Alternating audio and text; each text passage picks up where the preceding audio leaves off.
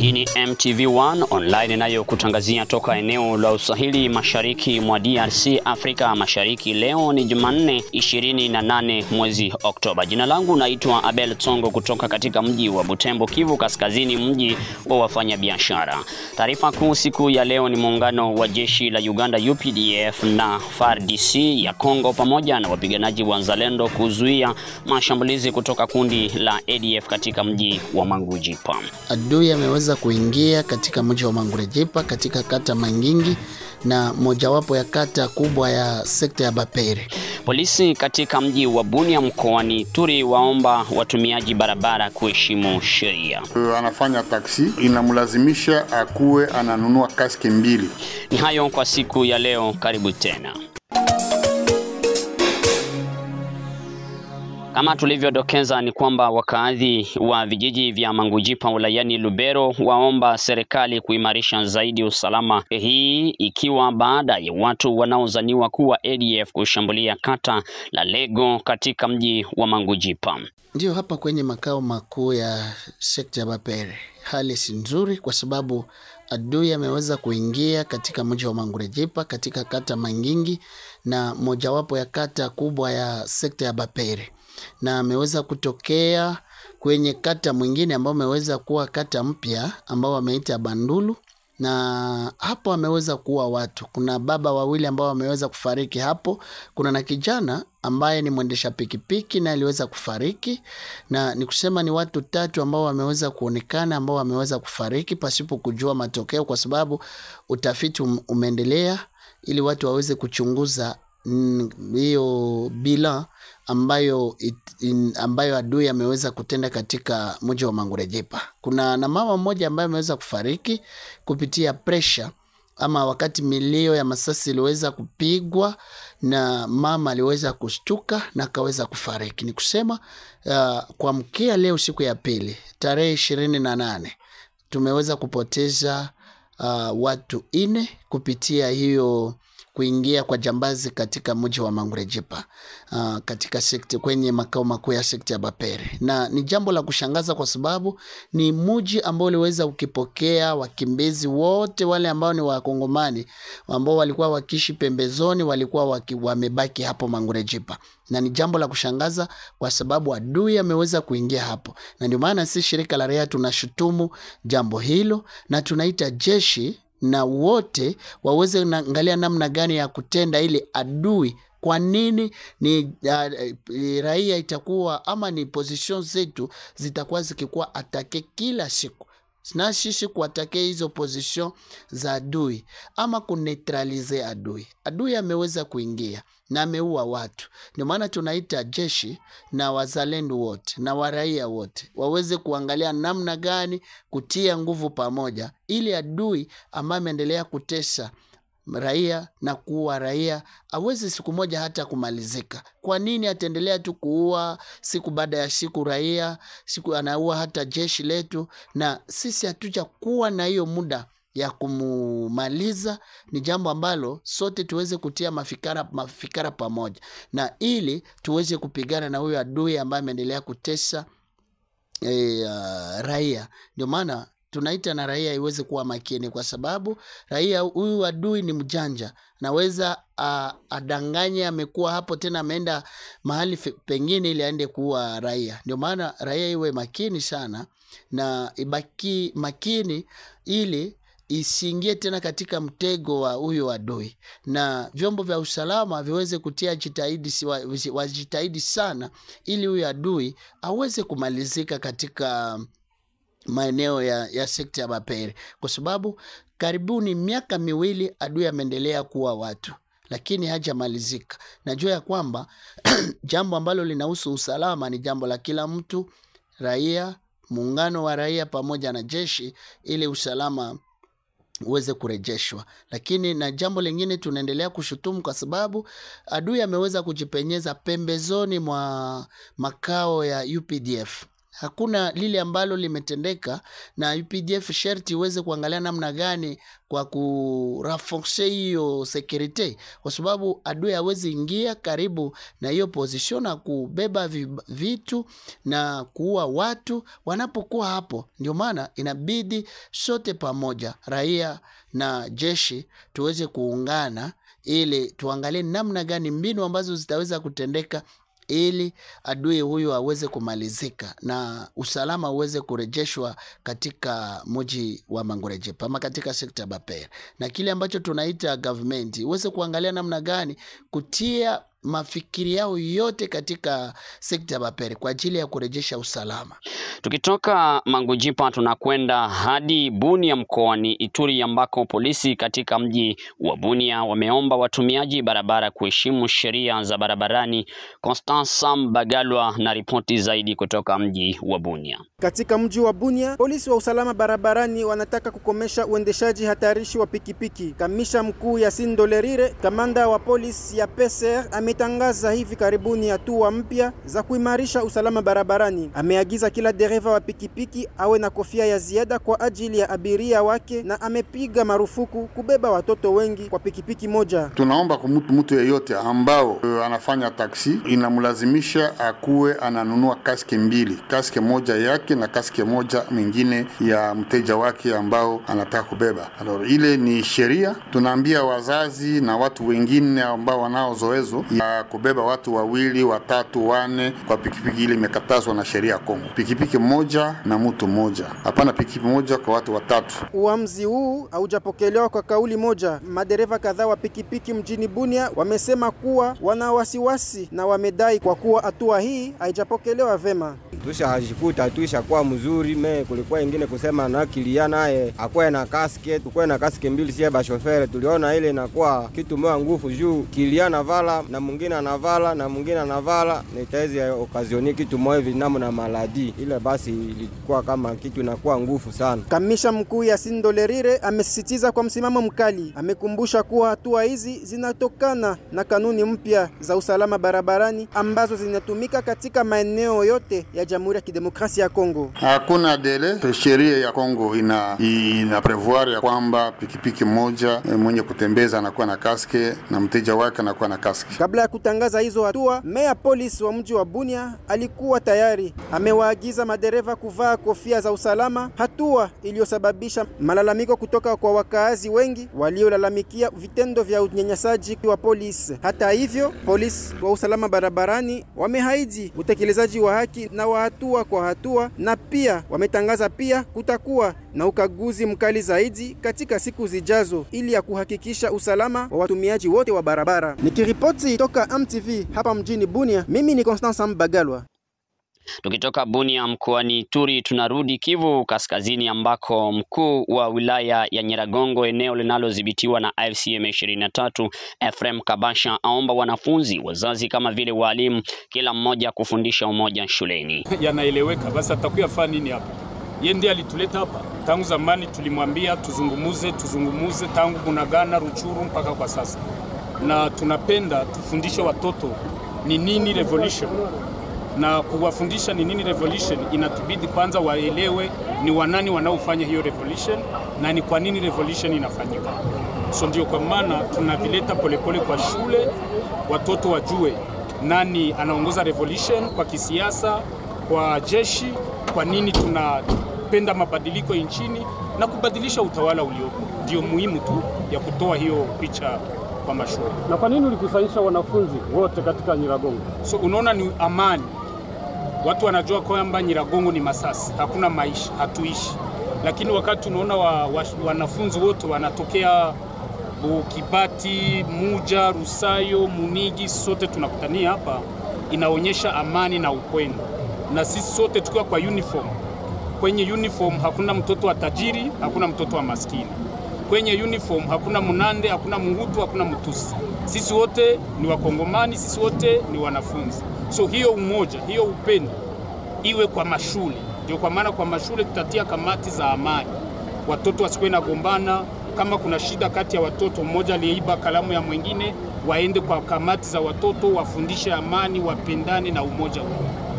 So unaona shule ni pepiniere. Tukifundisha watoto amani, tutakuwa na amani. Sababu hao watoto watatia hiyo amani huko nyumbani. Mtoto atafundisha hata wazazi amani.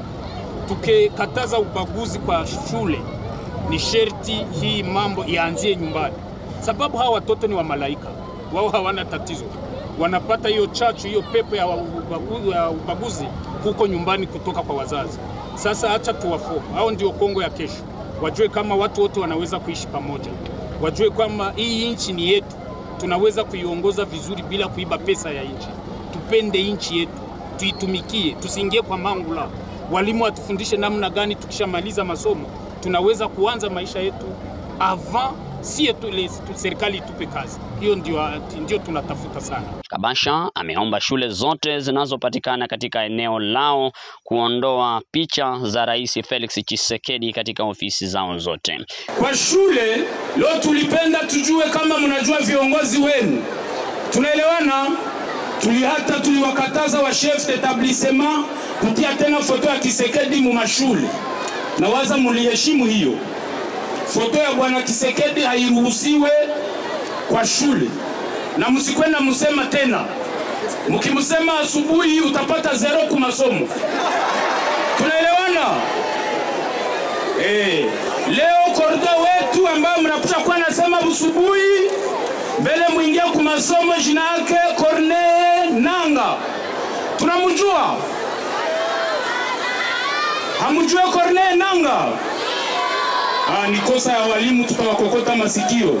Kabasha amesema hayo wakati wa kuanzisha michezo ya watoto wa shule katika shule mbalimbali wilayani Nyiragongo, ambako watoto kutoka shule mbalimbali walianzisha mechi na tamasha kwa ajili ya kupambana na ukabila. Leo kupendana. So unajua Nyiragongo ni territoire ambayo inakuwa karibu ya Mungu. Hiyo ni ya kwanza.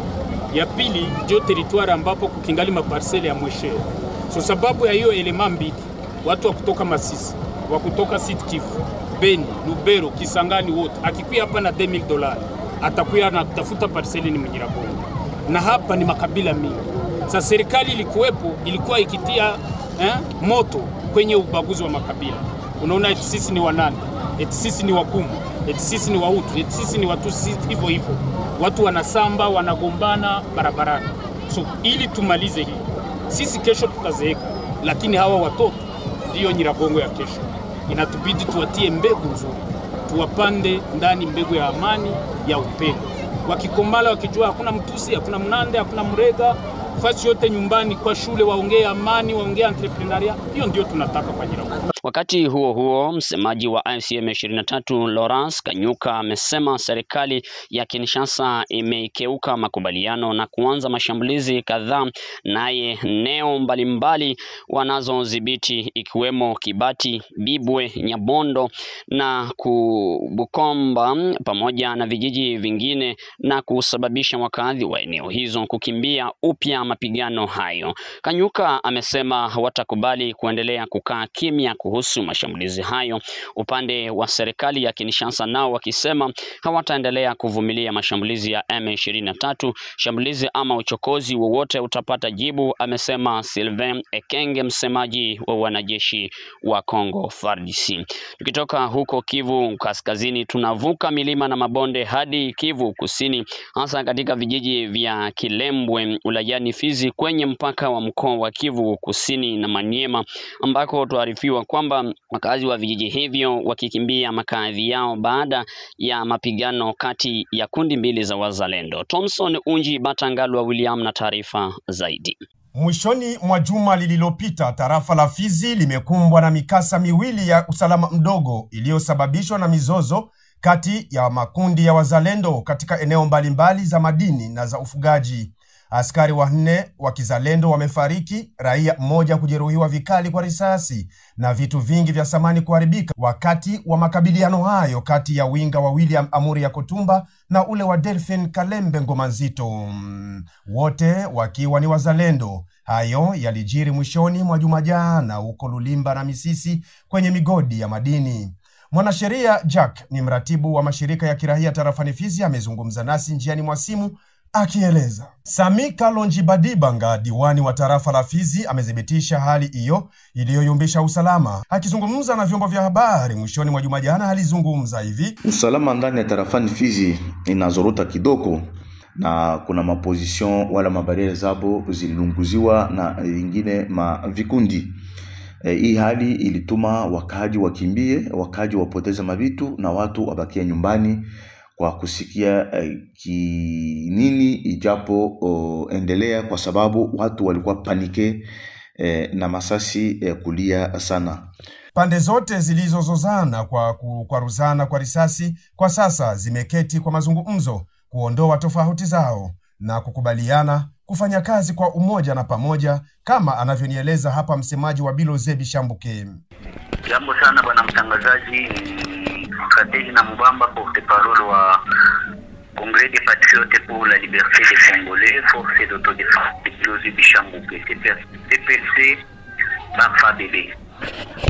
Unajua kama katika jamaa hata majirani vurugu ndogo ndogo haziwezi zikakosekana kati ya watoto, lakini haiko ya ajabu sana.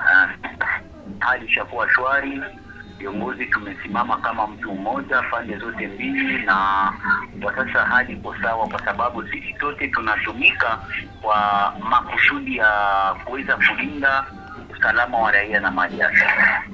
Na mlikuwa mmezozana kwa kosa gani? Kwa tatizo lipi? Nasema kama hakukuwa mzozo yenye ni watu ndio wanataka kudramatize, lakini hakukuwa mzozo. Kulikuwa tu incomprehension kidogo kati ya wanajeshi, lakini viongozi walisimama kama mtu mmoja. William Amuri ya Kutumba ametuma katibu wake ambaye ni msemaji wa operesheni za kivita za wazalendo Kivu Kusini, bwana wa Obwela Mwila Dalton, ambaye yuko tayari uko Lulimba. Huyu ametueleza kuwa hali imeanza kurejea kwa tulivu na mapatano ya msingi yameafikiwa. Mwila Dalton: mimi hivi niwe nakwambia niko Lulimba, nilifuata misho yenyewe na najua siku nenda inatembea vizuri, raia iko inaanza kutembea, na kisha muda kidogo najua watu wenyewe walikuwa wanagombana watakula pamoja na watatembelea pamoja. Kwingineko ni uko Kilembwe ambako kumeibuka mzozo wa wazalendo wa kabila la Wabuyu na Wabembe kuhusu kutoza ngombe ushuru. Samika Lonjibadibanga, diwani wa tarafa la Fizi, anarejea mara tena. Mu sekte ya Lulenge, precisement mu kijiji ya Kilembwe mu groupement ya Bashimimbi, kulikuwa tena masasi ya kulia sana jana, tarehe 14 siku ya posho, kule mu sekte ya Lulenge, kati ya kikundi ya wa autodefense na kikundi ya Fabebe ya Nkomazito. Tatizo ni kusema ya kwamba wakati Fabebe walishusha mangombe zao, hawakupenda walipishiwe na autodefense. Mpaka leo M23 kama ni ya 3 ya 4 tarafani Fizi iko na makumu na matatizo, na ndio maana tarafani Fizi ilibakilia nyuma, kwa sababu ile wakati yote ilikuwa ni vita kwa vita, juma kujuma, mwezi kumwezi, miaka kumiaka. Leo tunapenda amani, tushimama sisi wote pamoja na raia wetu. Huko maeneo yanayodhibitiwa na wana mapinduzi wa M23 pia waendelea kulinda ngome zao. Kutoka Uvira, Thompson Unjibata Ngolo William wa MTV. Taarifa zetu zahitimishwa huko Kenya ambako watu 12 wamefariki dunia katika ajali mbaya ya ndege iliyo katika eneo la Kwale, pwani na Kenya. Taarifa toka mamlaka ya viwanja vya ndege ni kwamba ndege hiyo yenye rubani ya 5 ICCR ya kampuni ya Mombasa Airways ilikuwa safarini kutokea eneo la Diani kuelekea Kichwa Tembo kabla ya kuanguka eneo la Tembo, na watu wote 12 ambao walikuwemo kufariki dunia, uchunguzi ukiendelea baada ya ndege hiyo kuwaka moto. Msikilizaji na mtazamaji wa MTV1 Online, ni hayo kwa siku ya leo. Asante kuwa uliandamana nasi tangu mwanzo hadi mwisho. Kwa niaba ya mwandaaji wa matangazo haya Oscar Malivika, mimi ni Abel Songo nikiwa katika jiji la Butembo, mashariki mwa Jamhuri ya Kidemokrasia ya Kongo. Asante na karibu tena.